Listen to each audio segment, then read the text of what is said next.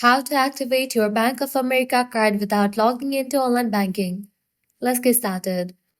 Our first method is super simple, activating your card by phone.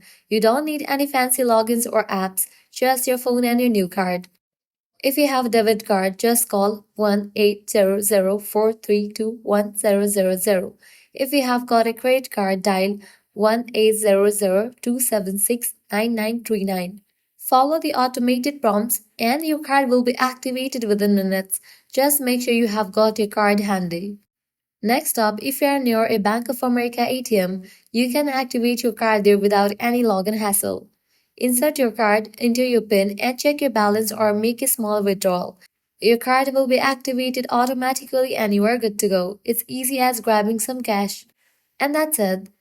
Two super simple ways to activate your Bank of America card without logging into your online banking account.